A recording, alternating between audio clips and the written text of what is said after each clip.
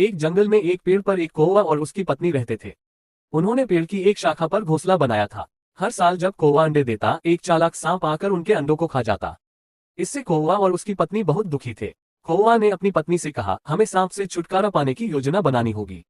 दोनों ने मिलकर एक योजना बनाई। एक दिन कौवा एक महल के पास गया और रानी के कीमती गहनों में से एक हार उठाकर उड़ गया। उसने वह हार सांप के बिल के पास गिरा दिया। जब राजमहल के सैनिक हार ढूंढते हुए आए तो उन्होंने सांप के बिल को खोदा और हार निकालने के साथ साथ सांप को भी मार डाला। इस तरह कौवा ने चालाकी से अपने दुश्मन से छुटकारा पाया और फिर कभी उसके अंडे नहीं खोए। तारांकन शिक्षा। तारांकन बुद्धि और चालाकी से बड़ी समस्या का हल निकाला जा सकता है।